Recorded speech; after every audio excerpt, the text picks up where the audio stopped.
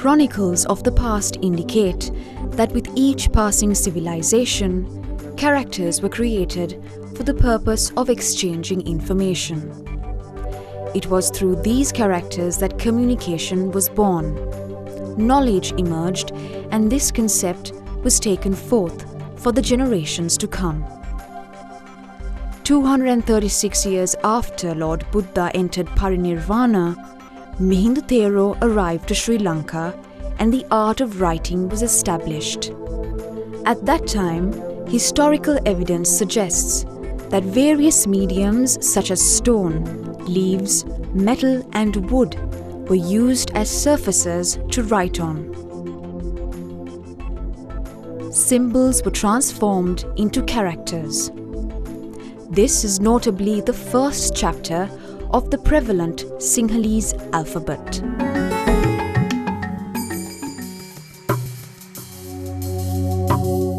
As the art of writing in Sri Lanka flourished, so did its materials, and this is when Ola or Palmyrah leaves held a special place. The leaves with a lighter shade, more likely from the younger Palmyrah tree, were preferred. India, Burma, Thailand, Taiwan, Indonesia, Laos and Cambodia are popularly known to have used Palmyrah leaves for documentation. According to the Mahavamsha, it was in the 2nd century, during King Valagamba's rule, that the writing and designing of these Ola Leaf manuscripts began. Along with the arrival of Mihindu Thero came the lessons of the Tripitaka. With this, the Ola Leaf manuscripts developed over time, and during the Anuradhapura period, it was known as Atwa, while in the Polonnaruwa and Dambadeniya periods, it was known as Tika and Tippani, respectively.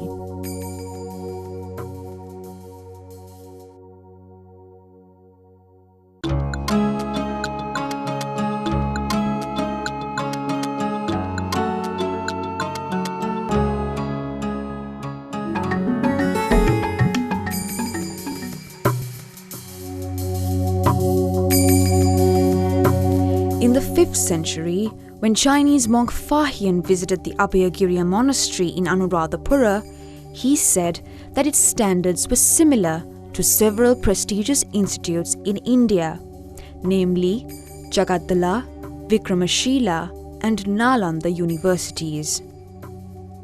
Fahian's texts further state that there were close to 5,000 monks in Abhayagiriya that were attaining an education. There is no doubt that these monks used Ola leaves as books for this purpose. Also from its inception, Ola Leaf manuscripts were created for monasteries and Buddhist monks alike.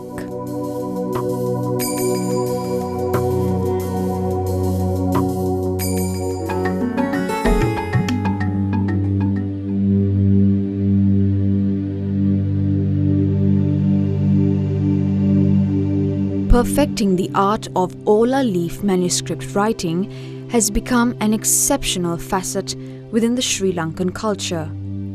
What was once a useful tool to document the works of an ancient era is close to extinct in today's world.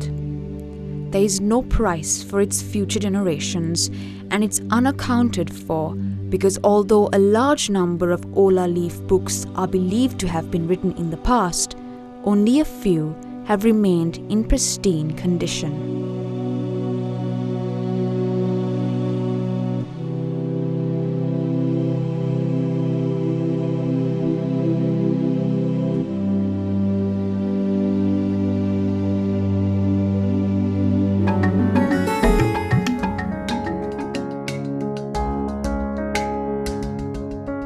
Ola Leaf books are not being used as much as before, primarily because they have disintegrated due to environmental issues, chemical hazards, and biological reasons. The Central Cultural Fund, along with the Ministry of Culture and the Arts, is currently focusing on preserving ancient wonders such as these.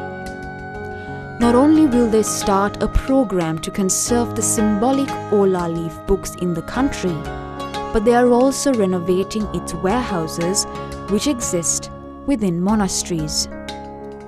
The officers responsible of conservation will ensure that an accurate procedure will be followed.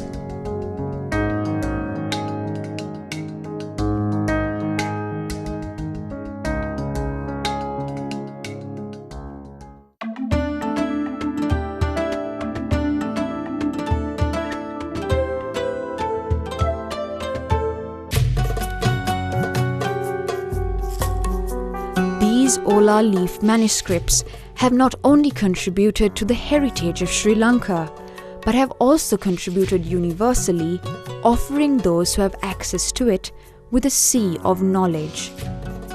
The manuscripts tells us a story that have not even been derived or understood from ancient texts.